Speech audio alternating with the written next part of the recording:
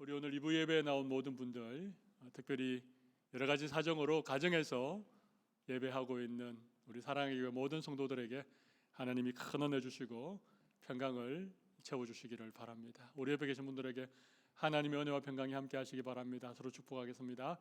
하나님의 은혜와 평강이 함께 하시기를 바랍니다. 네, 감사합니다. 여러분 혹시 이런 얘기 들어보셨습니까? 교회 다니는 사람이 왜 그래? 네. 집사님이 왜 그러세요? 목사님이 그러면 되나? 혹시 이런 얘기 들어보셨죠? 예, 교회 다니는 사람이 왜 그래? 이 얘기 속에 담겨 있는 뜻이 무엇이겠습니까? 교회 다니는 사람은 그러지 않아야 돼. 그런 얘기 아닐까요?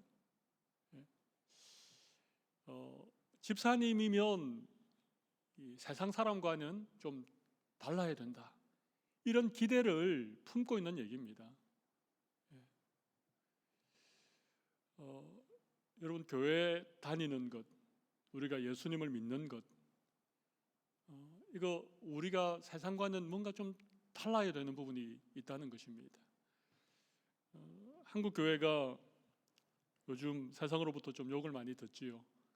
저도 한국에 있을 때 교회가 뭘 조금 잘못하면 신문에 이렇게 크게 기사화되는 것을 보고 참 많이 속이 상했습니다. 어떻게 생각하면 뭐 그렇게 큰 잘못도 아닌 것 같은데 꼭 뭐 교회가 무슨 문제가 있으면 어떤 목사님에게 좀 어떤 일이 있으면 그걸 이렇게 막 언론에서 크게 부풀려서 얘기하는 것 같더라고요. 근데 또 한편으로 생각해 보니까 교회니까 조금 더 높은 어떤 기대를 가지고 있는 것 같아. 그런 생각을 해봅니다. 다른 종교 얘기해서는 안 되겠지만 사실 다른 종교의 지도자들도 뭐 그런 일들이 있을 텐데 그런 건 별로 기사화가 되지 않는 것 같아요. 교회가 달라야 된다. 그런 마음을 세상 사람들이 가지고 있는 것 같습니다. 적어도 교회라면 좀 더 높은 어떤 도덕적인 기준과 뭔가 세상 사람들과는 보다 높은 어떤 그런 기대치를 사람들이 가지고 있다는 것이죠. 여러분 예수 믿는데 교회를 다니고 신앙생활 하시는데 여러분들은 이 세상과 좀 다른 점이 무엇입니까? 오늘 제가 여러분들과 함께 나누고 싶은 말씀의 주제가 바로 이런 부분입니다. 내가 정말 예수 믿는다면, 내가 하나님의 백성이라면, 적어도 내가 성도라고, 거룩한 무리들인 성도라고 생각한다면 과연 우리의 삶은 세상과 다른가? 여러분 우리가 오늘 읽은 말씀 중에 우리가 너무 잘 아는 말씀이 나와 있지요. 45절을 한번 보실까요? 이런 말씀이 있습니다. 나는 너희의 하나님이 되려고 너희를 애굽 땅에서 인도하여 낸 여호와라. 내가 거룩하니 너희도 거룩할지어다. 여러분 이 말씀 아시죠? 내가 거룩하니 너희도 거룩하라. 오늘 설교의 제목이기도 합니다. 내가 거룩하니 너희도 거룩하라. 여러분이 거룩이라고 하는 이 말씀이 우리가 좀 이해하기 쉬운 개념은 아닙니다. 하나님의 가장 대표적인 성품, 그것이 거룩입니다. 하나님을 거룩하신 하나님, 우리 그렇게 부르지 않습니까? 물론 하나님은 공의로우신 분이기도 하고 사랑이 많은 분이기도 하지만 하나님은 거룩하신 분이다. 이 하나님이 거룩하다고 할 때 가장 중요한 것은 하나님은 이 세상이나 이 피조물과는 확연히 다른 분이다. 그런 의미가 가장 큽니다. 하나님은 피조물과 전혀 다른 분이십니다. 그런데 우리와 전혀 다른, 피조물인 우리와 너무나도 다른 거룩하신 하나님이 오늘 우리들을 향해서 어떻게 말씀하십니까? 내가 거룩하니 너희도 거룩하라. 그렇게 명령하십니다. 여러분 이 말씀이 그냥 하기에는 쉽고 듣기에는 간단하지만 과연 하나님이 거룩하신 것처럼 우리도 거룩해질 수 있겠습니까? 거룩이라고 하는 속성 자체가 피조물과는 전혀 다른 하나님의 성품이라면 어떻게 피조물인 우리가 하나님처럼 거룩해질 수 있겠습니까? 여러분, 이 말씀을 우리가 오해하지 말아야 됩니다. 내가 거룩하니 너희도 거룩하라. 이 말씀을 하나님이 어떤 높은 어떤 도덕적인 잣대, 그죠? 정말 이 세상과는 비교될 수 없을 만큼의 어떤 그런 윤리적인 어떤 기준을 정해놓고 우리에게 너희도 거룩하라, 그렇게 하시는 그런 어떤 명령이 아니라는 얘기입니다. 물론 그런 의미가 전혀 없는 것은 아닙니다만은 내가 거룩하니 너희도 거룩하라, 이 말씀이 우리가 도무지 도달할 수 없는 하나님의 그 거룩한 기준에 우리가 열심히 도달해야 되는 그런 의미로 명령하신 것이 아니라는 것입니다. 왜 그렇게 말씀드릴 수 있는가 하면 여러분 45절을 다시 한번 보시겠습니까? 45절 보면 내가 거룩하니 너희도 거룩하라 라고 말씀하신 전제가 있습니다. 그렇게 말씀하시는 이유가 있습니다. 어떤 이유입니까? 나는 너희의 하나님이 되려고 너희를 애굽 땅에서 인도하여 낸 여호와라 는 것입니다. 자, 이 말씀이 굉장히 중요한데요.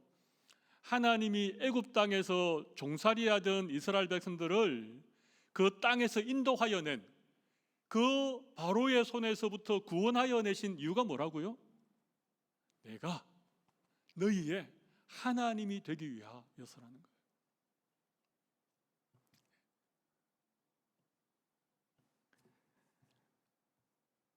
거예요. 나는 너희의 하나님이 되려고 너희를 애굽 땅에서 인도하여 내었다. 그래서 내가 거룩하니 너희도 거룩하라, 그 말씀입니다. 여러분, 하나님이 원하시는 것이 뭐라고요? 내가 너희의 하나님이 되고 싶다는 것입니다. 너희는 나의 백성이 되고 나는 너희의 하나님이 되고 싶다. 그래서 내가 너희를 애굽 땅에서 인도하여 내었다. 그래서 너희는 내가 거룩한 것처럼 너희도 거룩하여야 된다. 거룩한 백성이 되어야 된다. 그 말씀을 하고 계신 것입니다. 여러분, 우리가 거룩하지 않은데 거룩하신 하나님의 백성이 될 수 있을까요? 우리는 거룩하지 않은데 하나님이 우리의 하나님이 될 수 있을까요? 그렇지 않다는 것입니다. 결국 거룩이라고 하는 것은 하나님에게 좀 더 가까이 나아가는 것을 의미합니다. 거룩이라고 하는 것은 하나님을 조금 더 닮는 것을 의미합니다. 왜 그럴까요? 그래야만이 하나님이 우리의 하나님이 되고 우리는 그분의 백성이 되는 것입니다. 하나님은 거룩한데 우리는 거룩과 전혀 상관없는 삶을 살아가는데도 우리가 하나님의 백성이라고 말할 수 있을까요? 그럴 수 없다는 것입니다. 그러니까 하나님께서 내가 거룩하니 너희도 거룩하라, 그렇게 말씀하신 것은 하나님이 우리의 하나님이 되기 위해서 거룩하라고 하신 것입니다. 다른 의미가 정말 아닙니다. 하나님이 우리를 당신의 백성 삼으시려고 거룩하라, 그렇게 말씀하시는 것입니다. 그래서 거룩이라고 하는 것은 하나님을 닮아가는 것이고 하나님께 좀 더 가까이 나아가는 것입니다. 우리가 거룩하지 않으면 하나님과 전혀 상관없는 그런 삶을 살아갈 수밖에 없다는 것이지요. 내가 적어도 하나님의 백성이라면 하나님처럼 거룩한 삶을 살아야 된다는 것입니다. 그래서 오늘 저는 어떻게 우리가 거룩한 하나님의 백성이 되는가, 이런 주제로 말씀을 나누도록 하겠습니다. 원래 이 거룩이라고 하는 히브리어 단어는 카도시라고 하는, 카도시는 자른다, 분리한다, 그런 개념이 가장 큽니다. 하나님이 거룩하다는 말씀은 하나님은 세상과 분리되어 계신, 하나님은 세상과 전혀 다른 어떤 그런 존재라고 하는 의미가 가장 큽니다. 또 거룩이라고 하는, 카도시라고 하는 이 단어 속에는 어떤 빛난다 혹은 순결하다, 그런 의미도 있습니다. 너무 빛나기 때문에 감히 어두움이 근접도 할 수 없는 그런 게 하나님의 거룩이죠. 어떻게 보면 죄인인 우리의 속성과는 너무나도 반대되는 하나님의 성품이 거룩입니다. 그런데 하나님은 우리에게 거룩을 요구하신다는 거예요. 참 어렵죠. 근데 여러분, 우리가 거룩하게 살려고 우리가 결단하고 하나님의 거룩을 본받아서 우리의 삶에 거룩한 삶이 조금씩 이렇게 우리의 삶 가운데 이렇게 이루어지면 정말 놀라운 사실이 있습니다. 그러면 하나님이 나의 하나님이 되시는 것, 그리고 나는 하나님의 백성이라고 하는 이 사실이 그냥 어떤 추상적인 개념, 내 어떤 믿음의 세계 속에서 존재했던 하나님과의 관계가 내가 거룩한 삶을 살아가기로 결단하고 내 삶에 조금씩이라도 거룩한 모습들이 드러나게 되면 정말 하나님과의 이런 새로운 관계, 믿음의 관계, 우리가 늘 얘기하는 하나님과 인격적인 관계들이 그때서부터 새롭게 시작이 되어지는 것입니다. 그러니까 우리가 거룩하게 살지 않으면서 하나님과 가까워지려고 하는 것, 우리가 거룩과는 전혀 관계없는 삶을 살면서도 하나님과 좀 더 깊은 인격적인 관계를 가지기 원하는 것, 이건 앞뒤가 맞지 않는, 그럴 수 없는 영역입니다. 그러면 거룩이 무엇이며 어떻게 하면 우리가 거룩한 삶을 살게 되는가? 여러분, 레위기 11장은 음식에 관한 얘기입니다. 그죠? 이게 어떤 동물을 먹을 수 있고 어떤 동물을 먹을 수 없고 그런 얘기 아닙니까? 뭐 되새김질을 하는 것은 먹을 수 있고, 굽이 있는데 굽이 갈라진 것은 먹을 수 있고, 되새김질을 안 하거나 굽이 통굽이거나 이런 거 먹을 수 없고, 뭐 그런 아주 복잡한 얘기가 있지 않습니까? 배로 기어다니는 건 먹을 수 없고, 뭐 바다에 물고기 중에는 비늘이 있는 것은 먹을 수 있는데 비늘이 없는 것은 먹을 수 없고, 요즘 오징어 먹잖아요. 비늘 없는데, 그죠? 돼지는 통굽인데 돼지고기 먹지 않습니까? 어제도 삼겹살 구워 먹고 오신 분 계시죠? 그런데 왜 이런 얘기를 레위기 11장에서 하고 있는가 하면, 이건 하나님의 백성이기 때문에 달라야 된다는 것입니다. 세상 사람들이 먹는 것과는 다른 것을 먹어야 된다, 그런 얘기입니다. 1장에서 7장까지는 제사에 관한 얘기였는데, 여러분, 구약의 제사, 하나님이 가르쳐 주신 제사와 이방 백성들이 드리는 제사와 달랐죠. 인격적인 제사였고, 거룩한 제사였고, 보편적인 제사였고, 세상의 제사는 그렇지 않지 않습니까? 어떤 목적에 따른 제사였고, 엄란한 제사였고, 어떤 특별한 어떤 사람들만이 드리는 제사였는데, 이게 다른 것이거든요. 그러니까 레위기는 어떻게 하나님의 백성들이 세상 사람들과 다르게 살아갈 것인가를 얘기하고 있는 것입니다. 그러면서 하나님이 거룩한 삶을 살아야 된다, 이런 얘기를 하고 있는 것이죠. 거룩하게 사는 것이 무엇인가?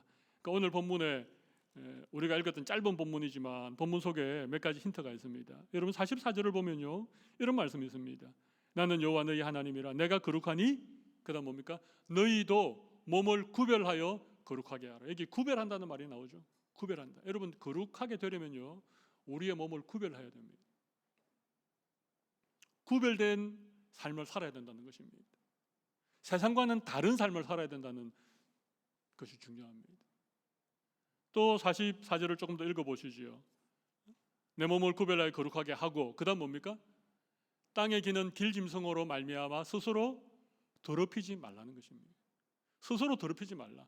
우리가 거룩하게 살려면, 하나님이 거룩하신 것처럼 우리도 거룩하게 되려면 스스로를 더럽히지 말아야 됩니다. 부정한 음식을 먹음으로 더럽히지 말아야 됩니다. 거룩하게 되려면 두 번째는요, 더럽히지 말아야 돼요. 더럽히지 말아야 됩니다. 정결해야 된다는 것입니다. 깨끗하게 살아야 된다는 것입니다.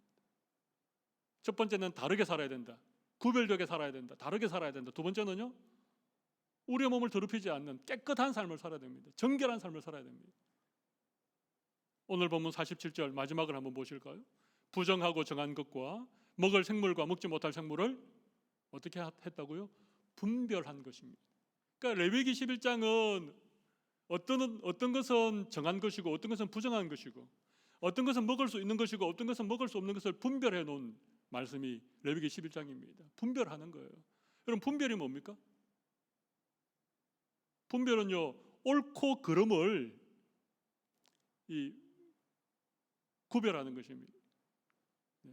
어떤 것이 참인지 어떤 것이 거짓인지를 그것을 이 분별하는 것. 그게 분별 아닙니까?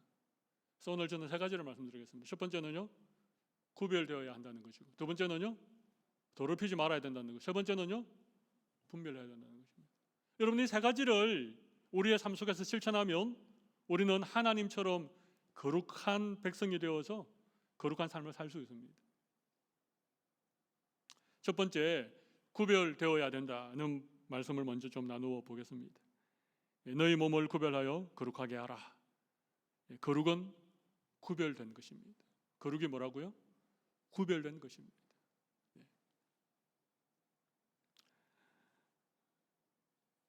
하나님은 우리가 비록 세상에서 살아가지만 우리의 삶이 세상 사람들과는 좀 다르기를 원하십니다. 그죠? 우리가 똑같은 것을 먹고 똑같은 삶의 환경에서 살아가지만 우리가 하나님의 거룩한 백성들이기 때문에 우리는 세상과는 좀 다르게 살아가기를 원한다는 거예요. 여러분, 구약의 백성들은 이런 제사 의식이라든지 여러 가지 삶의 규례가 가나안 백성들이나 이방 사람들과는 달랐습니다. 많이 달랐습니다. 근데 예수님이 오셔서 이런 율법을 완전하게 하셨지요. 그리고 어떤 예수님이 오시고 난 다음에 어떤 제사를 드린다거나 어떤 음식 규례를 통해서 세상 사람들과 다르게 살아갈 것을 요구하지 않았습니다. 예수님 시대에 가장 중요한 다른 점은 예수 그리스도를 구주로 고백하는 것입니다. 여러분, 그 당시는 로마의 황제가 세상을 지배하던 시대였습니다. 그래서 모두들 로마 황제를 더 로드라고 주라고 시인을 해야 살아갈 수 있었는데 예수 믿는 사람들은 그걸 거부했습니다. 우리의 주는 나사렛 예수, 십자가에 죽으시고 사흘 만에 부활하신 예수님이 우리의 주입니다. 예수님에 대한 고백이었습니다. 그것 때문에 박해를 당하고 그것 때문에 순교를 당해도 그 믿음의 고백이 세상과 하나님의 백성을 구별하는 중요한 것이었습니다. 그런데 중세가 되었습니다. 로마가 기독교를 공인하고 로마의 기독교가 국교화되고 난 다음에 중세 시대가 열렸습니다. 중세는요, 세속 권력과 교회가 이렇게 하나가 되는 시대였습니다. 그죠? 세상의 왕과 교회의 교황이 서로 권력을 분점하고 함께 통치하던 시대입니다. 그러니까 세상과 교회가 이건 더 이상 구별이 되지 않는 그런 시대였습니다. 맞습니까? 그러니까 중세 시대는요, 다른 게 하나도 없었습니다. 세상 사람이나 예수 믿는 사람이나 다를 게 하나도 없는 시대. 그래서 중세를 암흑기라고 합니다. 그게 자그마치 청년이었습니다. 너무 안타깝지요. 너무 오랜 세월 동안 세상과 전혀 구별되지 않는 신앙생활을 했던 것이 교회가 타락했던 그 시대였습니다. 그러다가 종교개혁이 일어났죠. 1517년 10월 마지막 날 종교개혁이 일어났죠. 그건 뭡니까? 다시 오직 은혜로 오직 믿음으로 다시 예수 그리스도에 대한 믿음을 회복한 개혁이 종교개혁 아닙니까? 그 이후로는 사실은 다시 한번 예수님의 시대처럼 우리 믿음의 고백이 중요한 그런 시대를 살아가죠. 이 믿음의 고백을 지키려고 핍박을 당하기도 하고 순교를 당하기도 하고 어떤 공산주의 정권이나 아니면 어떤 독재자나 어떤 전쟁이나 이런 가운데 지금 또 뭐 무슬림이라든지 여러 나라에서는 예수 믿는 것 때문에 박해를 당하는 시대가 되었지 않습니까? 근데 그건 일부분에 국한되어 있고 지금 우리가 살아가는 이 땅은 어떻습니까? 21세기 뉴질랜드에서 살아가는 우리들은 어떻습니까?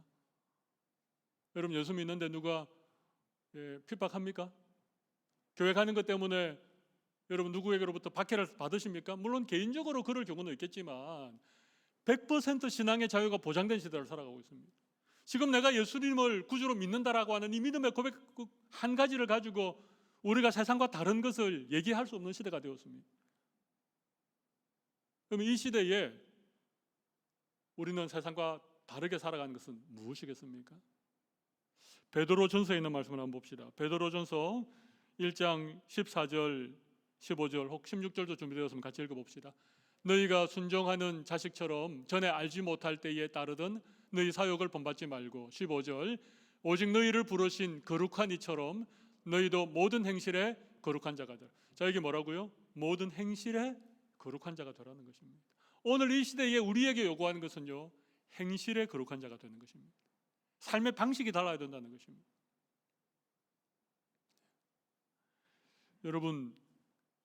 여러분은 삶의 방식이 다릅니까? 우리의 행실이 세상과는 다릅니까? 세상은요, 돈과 권력과 출세와 성공을 위해서 삽니다. 그죠? 돈이 된다면 뭐든지 할 수 있는 시대입니다. 권력을 위해서 사는 시대입니다. 그런데 이 시대에 우리는요, 돈이 아니라 하나님을 선택해야 되는 시대. 권력이 아니라 섬김을 보여줘야 되는, 그것이 거룩입니다. 출세가 아니고 한 영혼을 소중하게 여기는 삶을 사는 것. 이게 여러분 세상과 다르게 살아가는 삶의 모습이라고 저는 생각합니다. 성공이 아니라, 내 인생의 성공이 아니라 나를 통해서 예수님의 복음이 전거되어지는. 그러니까 우리의 말과 우리의 행실이 다 다르게 나타나는 거죠. 사람들은 돈을 추구하면서 살아가지만 우리는 하나님의 백성으로 살아가는 게 다른 거예요. 이건 완전히 다른 것입니다. 세상은 권력을 가지고 다른 사람을 지배하고 다른 사람을 내 영향력 아래 놓고 싶어 하면서 살아가지만 우리는 예수님처럼 겸손한 마음으로 사람을 섬기면서 살아가는, 완전 다른 것입니다.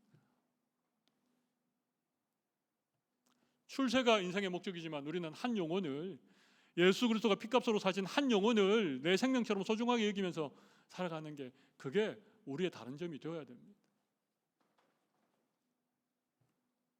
근데 다르지 않으면 우리는 거룩한 삶을 산다, 그렇게 말할 수 없습니다. 우리가 세상과 똑같이 살면서 하나님은 나의 하나님이시고 나는 하나님의 백성이다, 그렇게 말하는 것은 그냥 말에 불과합니다. 거룩하게 산다는 것은 구별된 삶을 사는 것입니다. 다르게 살아가는 것을 말합니다. 여러분 한번 생각해 보십시오. 지금 내가 예수님을 믿는 하나님의 백성인데 내 삶 속에 세상 사람들과 다르게 살아가는 것이 무엇이 있는가? 한번 여러분 생각해 보십시오. 적어도 내가 이런 부분은 좀 다른 것 같아. 그래도 이런 점들은 내가 예수 믿기 때문에 세상 사람들과는 좀 다른 것 같아. 그런 부분이 여러분들에게 꼭 있기를 바랍니다. 한 가지라도 있기를 바랍니다. 두 번째는 깨끗해야 된다는 것입니다. 더럽히지 말아야 된다는 것입니다. 그렇죠? 오늘 본문 44절 하반절에 보면 땅에 기는 길짐승으로 말미암아 스스로 더럽히지 말라. 거룩은 다른 게 아닙니다. 거룩은 깨끗한 것을 말합니다. 거룩은 정결한 것을 말합니다. 하나님은 깨끗한 분이십니다. 하나님은 전혀 죄가 없는 분이십니다.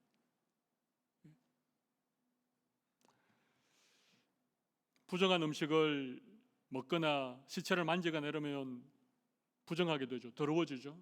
그러면 반드시 물로 씻어야 됐습니다. 그리고 어떤 정결 예식을 통해서 이렇게 다시 깨끗하게 회복되기를 하나님 바라셨습니다. 이유가 뭘까요? 이유가 뭘까요? 이게 부정하게 되고 자기의 몸이 더럽혀지면 계속해서 죄를 지을 수밖에 없기 때문에 그렇습니다. 여러분이 죄라고 하는 것이 처음부터 어떤 우리에게 큰 죄를 짓게 만듭니까? 그렇지 않지 않습니까? 죄라고 하는 것은 처음에는 아주 작게 시작합니다. 옛말에 바늘 도둑이 소도둑 된다, 그런 얘기 있지 않습니까? 작은 죄를 그냥 두면 그 죄가 점점 자라나서 더 큰 죄를 지을 수 있기 때문에 몸을 더럽히지 말아야 된다, 정결하게 되어야 된다는 얘기는 그런 죄를 계속해서 씻어내야 된다는 얘기입니다. 여러분 혹시 깨진 유리창의 법칙이라는 법칙을 들어보셨습니까? 깨진 유리창의 원리. 어떤 집에 꼬마아이가 돌을 던져서 유리창이 쨍그랑 깨졌습니다. 그런데 그 깨진 유리창을 그대로 두면 그 다음에 누군가 그 앞에 쓰레기를 버립니다. 벽에다 낙서를 하기 시작합니다. 왜냐하면 유리가 깨진 채 방치되고 있으니까. 거기다 그냥 쓰레기도 버리고 벽에다, 그러면 그 건물이 완전히 못 서게 되는 것입니다. 작은 죄가 우리에게 있을 때에 그걸 그냥 버려두면 그 죄 때문에 계속해서 더 다른 죄를 짓게 된다는 것입니다. 여러분, 우리의 옷에 얼룩이 묻으면 어떻게 해야 됩니까? 빨리 벗어서 세탁해야 됩니다. 그 부분을 깨끗하게 해야 깨끗한 옷을 입을 수 있습니다. 얼룩이 묻었는데 그냥 두고 또 다음에 이게 음식물이 묻고 이렇게 옷이 좀 더러워지면 그 다음엔 그 옷은요 외출복으로 안 입습니다. 그 옷은 다음에 작업복으로 입습니다. 그죠? 제 말이 이해가 되십니까? 더럽히지 않아야 된다 이 말은 우리 계속해서 우리를 정결하게 그렇게 해야 된다는 것이죠. 여러분, 정결하게 하는 것은 다른 방법이 없습니다. 하나님 앞에 계속해서 우리의 죄를 자백해야 돼요. 우리가 죄를 안 지을 수는 없습니다. 우리 옷에 얼룩이 묻지 않을 수는 없습니다. 얼룩이 묻으면 빨리 세탁을 하고 유리가 깨어지면 빨리 유리를 갈아야 되는 거예요. 그 방법밖에 없습니다. 근데 그걸 그냥 방치하면 우리 온몸에 덕지덕지 때가 묻어서 여러분, 우리의 영혼에 이 죄에 들어온 때가 덕지덕지 묻어 있으면 어떤 현상이 일어나는지 아십니까? 죄에 대한 인식이 없어져 버립니다. 깨끗한 옷에 조그만한 오물이 묻으면 금방 표시가 나잖아요. 그죠? 근데 더러운 옷에 때가 조금 더 묻는다고 표시가 나겠습니까? 전혀 안 납니다. 왜 우리가 정결하게 우리의 마음을 유지하고 왜 깨끗하게 우리가 살아야 되는가? 그래야만이 죄가 우리를 지배하지 않기 때문에 그렇습니다. 죄의식이 사라진 분들, 거짓말하고 사기도 치고 다른 사람 비방도 하고 죄된 욕심에 사로잡혀 살아가는 사람들의 특징은요, 이 죄로 더러워졌기 때문에 그렇습니다. 그게 본인은 죄인지도 모릅니다. 그런데 여러분, 거짓말 한번 하고 나면 괜히 마음이 좀 불편하시죠? 혹시 다른 사람 좀 나쁘게 말하고 나면 그것 때문에 좀 마음이 좀 하나님 앞에 좀 불편하고 그러시죠? 그게 맞습니다. 그게 정상입니다. 그런데 막 다른 사람들 험담하고 거짓말하고 다른 사람 힘들게 하고 내 안에 악한 생각들이 들어오고 이런데도 전혀 죄에 대한 자각이 없다. 이거 거룩과는 완전히 상관없는 삶을 살고 있는 것입니다. 예수님께서 이런 말씀하셨습니다. 입으로 들어가는 것이 사람을 더럽게 하는 것이 아니다. 입에서 나오는 그것이 사람을 더럽게 하는 것이다. 그죠? 외부로부터 우리에게 들어오는 것이 그게 우리를 더럽게 하는 게 아닙니다. 우리 마음에 있는 것들이 들어온 것이죠. 그게 뭔가 하면 18절에 보면 19절에 한번 보십시오. 거기 보면 마음에서 나오는 것은 악한 생각과 살인과 간음과 음란과 도둑질과 거짓 증언과 비방이니.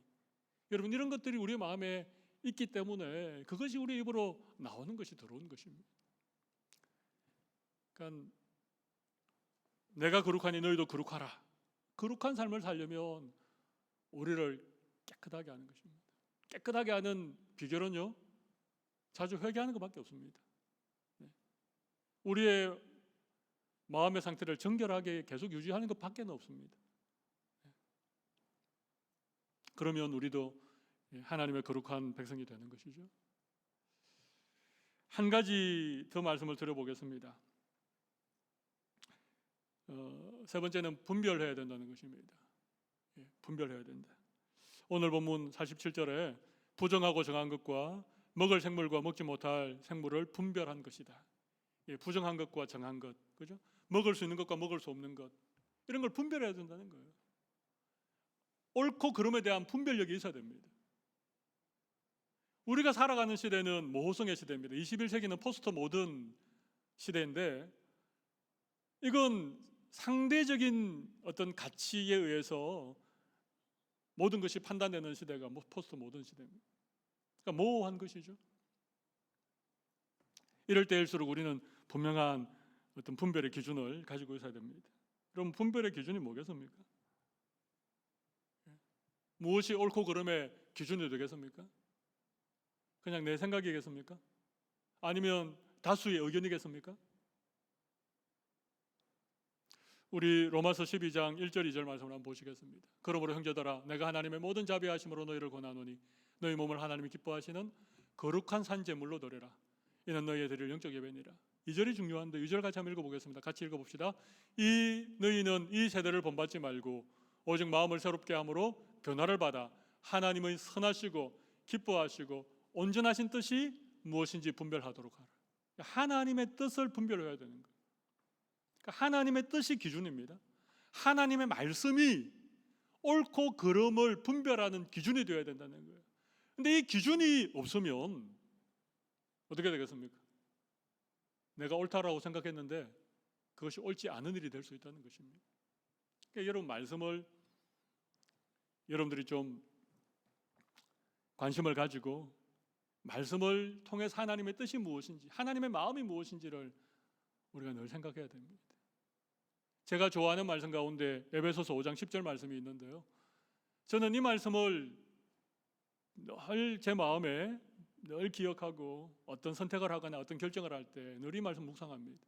우리 같이 한번 읽어봅시다. 주를 기쁘시게 할 것이 무엇인가 시험하여 보라. 여기 시험하여 보라는 말은 주님을 시험하라는 말이 아니라 어떤 것이 주님이 기뻐하실까를 한번 시험해 보는 거예요. 이렇게 하면 주님이 기뻐하실까? 내가 이런 선택을 하는 것을 과연 주님이 좋아하실까? 계속 물어보는 것입니다. 내가 어떤 사람에 대해서 이렇게 얘기하는 걸 주님이 정말 기뻐하실까? 지금 이런 상황 가운데 내가 이런 선택을 하고 결정하는 것을 주님은 마음에 좋아하실까? 계속 물어보는. 그럼 짧은 말씀이죠. 에베소서 5장 10절. 주를 기쁘시게 할 것이 무엇인가 시험하여 보라. 주를 기쁘시게 할 것이 무엇인가 시험하여 보라. 이게 분별력입니다. 분별력이 사라지면 우리는 나도 모르는 사이에 자꾸만 하나님의 마음이 아닌 그런 어떤 세상의 길로 걸어가게 돼요.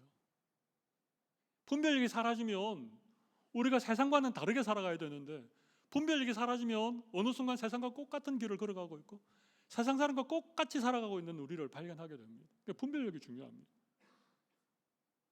분별의 기준이 뭐라고요? 하나님의 말씀입니다. 하나님의 마음입니다. 우리가 어떻게 하나님의 마음을 알 수 있습니까?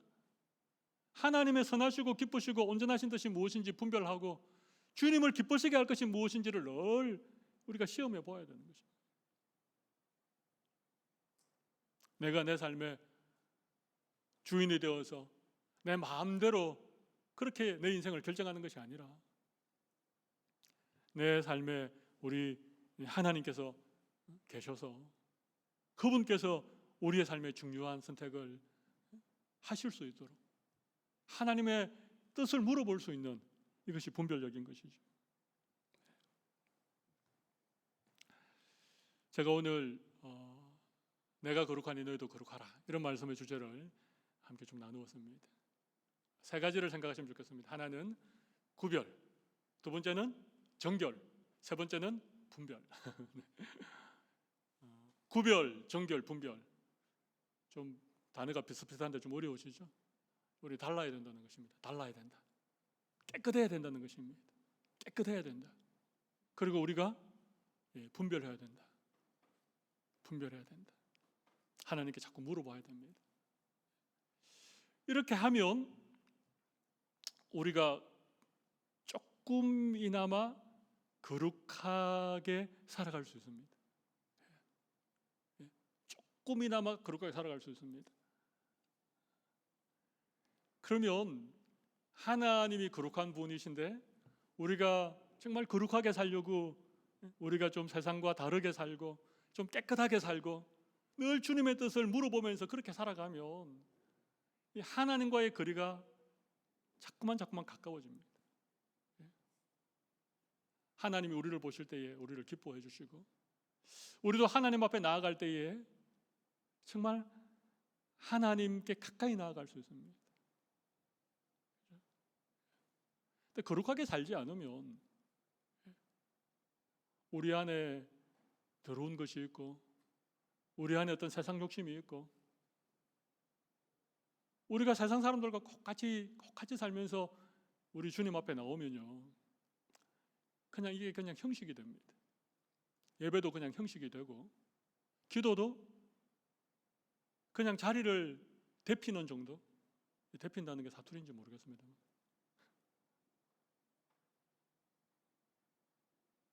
그 정도밖에 안 됩니다. 뭔가 좀 기도하고 싶은데, 거룩하신 하나님 앞에 좀 기도하고 싶은데 내가 거룩하지 않으면, 내가 거룩하게 살려고 하는 그런 어떤 열심과 그런 결단이 내 안에 없으면 하나님 앞에 기도하고 싶은데 기도가 안 됩니다. 죄송하지만 안 됩니다. 그런데도 막 통성으로 기도하고 방언으로 기도하고 기도하는 분이 계시죠. 그런 분은 그냥 본인이 기도하는 거예요. 열심히 하나님과 별로 상관없이 그냥 막 기도할 수 있습니다. 교회에 이런 막 깜짝서서 남들보다 더 열심히 섬기는데 그분의 삶은 그릇과 별로 상관없는 삶입니다. 이런 분이 간혹 계시거든요. 그렇게 할 수 있습니다. 자기의 종교적인 열심으로 그렇게 할 수 있습니다. 거기에 아무런 의미가 없습니다. 무슨 의미가 있겠습니까? 근데 우리가 정말 세상과는 다르게 살려고, 우리를 정말 좀 깨끗하게, 우리 영혼을 좀 깨끗하게 하나님 앞에 유지하려고, 매사에 주님이 기뻐하시는 것이 무엇인지 분별하려고, 그렇다고 우리가 늘 성공하는 건 아니지만 그래도 우리가 거룩하게 살려고 하면 할수록 우리가 하나님 앞에 나올 때에 달라집니다. 하나님 앞에 부르는 찬송이 달라지고요, 하나님 앞에 드리는 기도가 달라져요. 너무 신기하게 하나님과 좀 더 가까이, 하나님과 좀 더 깊이, 그렇게 하나님의 은혜를 우리가 누릴 수 있게 되는 것이죠. 중요합니다. 거룩하게 사는 게 중요합니다. 거룩은 하나님께 가까이 나아가는 것이고, 거룩은 하나님을 닮아가는 것이라고 말씀드렸습니다. 근데 거룩하게 살지 않으면 어떻게 되겠습니까? 모르겠습니다. 거룩하게 살지 않아도 우리가 젊은 날, 우리가 좀 바쁘기도 하고 세상에 할 일도 많고, 그죠? 뭐 가끔 예배 드리고 그냥 하는 것 정도로도 살아갈 수 있는 날들에는 상관없습니다. 거룩하게 안 살아도. 근데 어느 순간 우리의 힘이 빠지고 할 수 있는 일이 줄어들고 그냥 집에서 보내는 시간이 많아지는 그런 시절이 우리에게 오지요? 나이가 좀 들어보십시오. 그런 날이 옵니다. 근데 우리가 거룩하게 살지 않았다면 그때부터 이제 힘든 거예요. 그때부터 힘듭니다. 하나님과 친밀하고 하나님과 깊이 교제하고 하나님의 그 은혜를 우리가 누리면 그런 날이 와도 괜찮아. 왜냐하면 하나님이 나와 함께 하시기 때문에, 그리고 하나님으로부터 받는 은혜와 위로가 있기 때문에, 하나님이 약속하신 그 놀라운 소망에 대한 믿음이 있기 때문에 그런 날들이 괜찮아요. 근데 거룩하게 살지 않다가 내 인생에 어떤 그런 날이 오면 그때부터 힘든 것입니다. 어떤 분들은 죽을 때까지 막 할 일이 너무 많은 분이 계시죠. 너무 건강하시고 재산도 너무 많이, 그래가지고 죽을 때까지 바쁘게 막 살고 할 일이 너무 많아서, 갈 데가 너무 많아서 이렇게 사는 분이 계시죠. 근데 그런 분이 좋은 게 아닙니다. 시편 73편에 보면 그것을 악인의 형통이라고 했습니다. 제가 언제 한번 설교를 드렸죠. 악인의 형통입니다. 그래가지고 막 죽을 때까지 막 바쁘게 살다가 혹시라도 천국 가면 그때 하나님이 이제 정말 만날 텐데, 하나님이 너무 서먹서먹하면 어떻겠습니까? 하나님 막 이렇게 좀 가까이 가는 게 너무 부담스럽고, 하나님도 대면하시고, 대면 아시죠? 나도 막 하나님이 불편하고, 그러면 여러분 천국이겠습니까? 왜 하나님이 우리가 나이 들면 예? 할 일도 좀 없게 만드시고 좀 바쁜 것도 덜하게 만드시고 왜 좀 홀로 있는 시간이 많게 만드는지 아십니까? 하나님과 좀 친해지라고 그러는 거예요. 그 시간만이라도 하나님 좀 닮아갈 수 있도록. 여러분, 그래야 우리가 나중에 주님 만나면 얼마나 반갑고 좋겠습니까? 내 그렇게 사모하던 주님 만나니까 그게 얼마나 기쁨이 되겠습니까? 우리에게 거룩하게 살라고 하는 이유는 다른 게 아닙니다. 우리가 이 땅에서 천년만년 살고 이 땅에서 우리의 모든 것들이 다 이루어진다면 굳이 뭐 경건하게 거룩하게 살 이유가 뭐였겠습니까? 근데 그게 아니니까요. 언젠가 우리는 이 땅을 떠나야 되고 언젠가 주님과 함께 영원토록, 정말 영원토록, 이 땅은 나그네 인생이지만 영원한 본향에서 그렇게 살아가기 때문에 우리에게 거룩하게 살아라고 하는 것입니다. 이 땅에서 거룩을 연습하라고 하는 것입니다. 이 땅에서 주님과 좀 더 친해지라고 하는 것이고 이 땅에서 좀 더 주님을 닮게 살아라고 우리에게 말씀하시는 거예요. 여러분, 거룩하라고 하는 것은 너무 대단한 어떤 도덕적인 잣대를 우리에게 들이대면서 우리가 감히 오르지도 못할 어떤 그런 수준을 요구하는 게 정말 아닙니다. 우리가 우리의 삶에 살 수 있는 영역들, 세상과는 조금 다르게, 조금 더 깨끗하게, 조금 더 분별하면서 그렇게 거룩하게 살려고 하면 우리가 거룩하신 하나님과 점점 가까워지는 것입니다. 그리고 그분을 닮아가면서 그분이 우리의 삶에 베푸셨던 수많은 은혜들을 우리가 누리면서 살아가는 것입니다. 거룩한 삶은 따분한 삶이 아닙니다. 거룩한 삶은 그냥 괜히 거룩한 척, 경건한 척, 그게 아닙니다. 거룩이야말로 우리가 하나님을 닮아가고 하나님께 가까이 나아갈 수 있는 하나님의 신실한 약속입니다. 오늘도 이 죄악된 세상에서 거룩한 하나님의 백성으로 살아가기로 결단하실 수 있는 우리 모든 성도들이 다 되시기를 간절히 바랍니다.